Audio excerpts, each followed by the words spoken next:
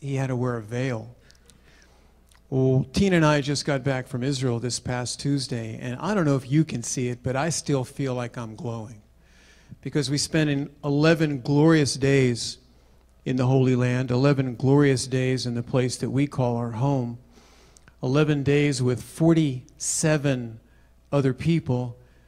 Only about 6 of them had ever been to the land.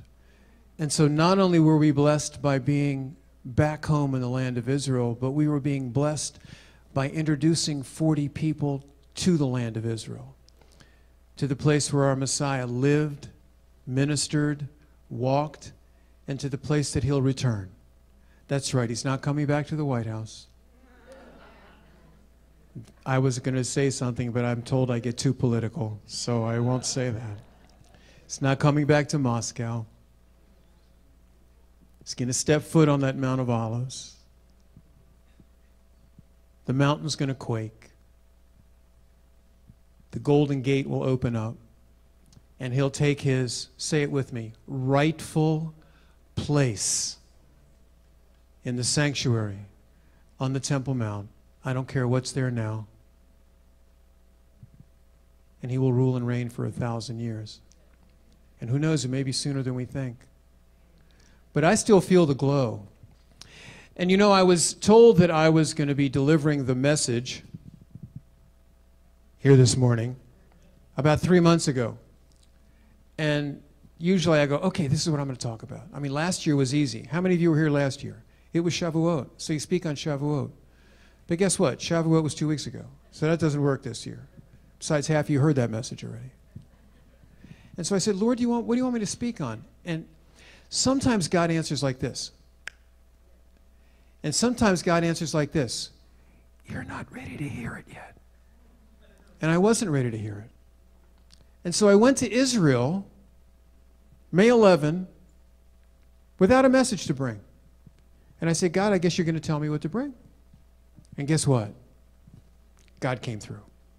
Have you ever noticed that? God always comes through. And I want to deliver these words to you as words of encouragement, as words of life, as words of victory, so that you would know who you are in him. Because Galatians 2:20 says it like this: I have been crucified with Messiah. It is no longer I who live, but Messiah who lives in me. And that's what I want to tell you this morning. But I want to tell it to you by way of stories from the land of Israel. So I get to be a storyteller tonight, because Lord knows I can't compete with Dr. Brown. I mean, that's like a little leaguer going up to pinch hit in the major leagues, if you know what I mean. So let me tell you this first story.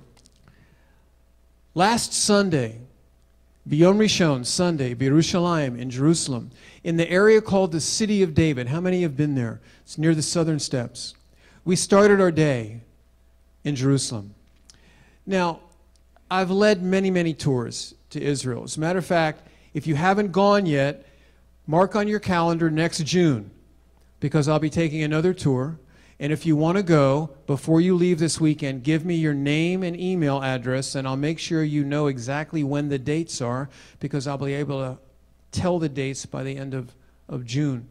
And so I've seen what I thought were most of the sights of Jerusalem until last Sunday.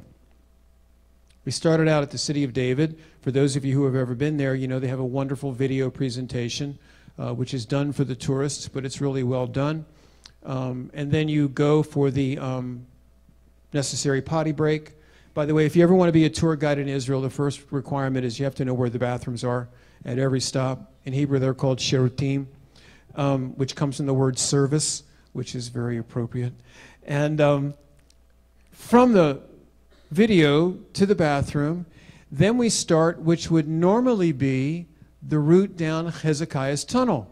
How many of you been in Hezekiah's tunnel? Okay. Normally, when you go through Hezekiah's tunnel, the water for an adult comes about 4 inches below the knee. But guess what happened in Israel this past year? They've had more rain than they have had in the last 25 25 years.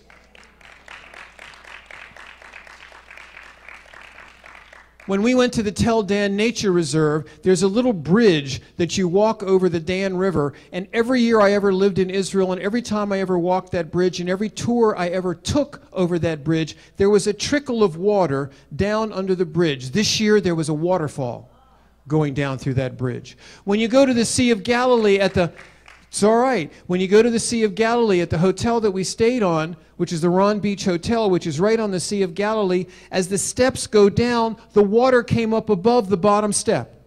It's amazing what's going on in Israel. I don't know where I got started in that. But anyway, so here we are. Instead of going through Hezekiah's tunnel, because there's a sign that says the water's up to here in Hezekiah's tunnel. And I don't know about you, but I'm not getting my shorts wet, if you know what I mean. I can deal with the Crocs and the ankles. And so instead, we decided to go down what's called the Canaanite tunnel. Never been there. Never done that. And as we're going down the Canaanite tunnel, we go through some new excavations of King David's palace, which has been historically and academically authoritatively described and identified as King David's palace. So we're sitting in King David's palace, getting a lesson from the tour guide. Then we go down the Canaanite tunnel, and we end up at the spring of Gihon. Who knows what happened at the spring of Gihon? Anyone? That's where Solomon was anointed as king. And I'm standing next to where Solomon was anointed as king. Then we continue down to the Canaanite tunnel all the way to the pool of Siloam, which was discovered about 5 or 6 years ago. Okay? We're having a teaching there in the pool of Siloam. The week before we were at the Sea of Galilee, I had done a teaching on all of the feasts of the Lord as described in Leviticus 23, because it was on that night in the Sea of Galilee that we celebrated Shavuot, the Feast of Weeks, and I wanted the tour to understand the Messianic and the prophetic significance of all of these feasts, or appointed times would be the better translation of the word feast. The Hebrew word is moadim. And so we're down at the pool of Siloam, okay, which is where on the Feast of Tabernacles, the priests go down to the pool of Siloam and they draw water, and they take the water up the hill to the temple, and they pour it out on the steps of the temple in what was called the water libation ceremony. We've all heard of this, right? And it's during the water libation ceremony, you remember, that Yeshua stands up in the book of John and cries out in a loud voice, "If anyone's thirsty, let him come to me and drink. And out of him will flow rivers of living water." That's a sermon all in itself. Yeshua doesn't say you'll get rivers of living water. It says out of you will flow rivers of living water. Because there isn't a gift that God gives us that's for us. It's always to be shared with others. But that's not what I want to tell you about. We start walking out the pool of Siloam, and I start walking the normal way, and the guide says, no, come over here. There's something that they discovered this past year, and this new walkway was opened this past January. And I'm sitting, what? And we walk over, and he said, they have uncovered and discovered the road that led from the pool of Siloam up to the Temple Mount. And right there at the pool of Siloam were the original paved stones that began the trip up the hill to the Temple Mount. And I'm sitting there going, I can't believe this. And we walked on the steps that the priests would have taken the water up. Now, the road at one point gets covered over by Arab villages.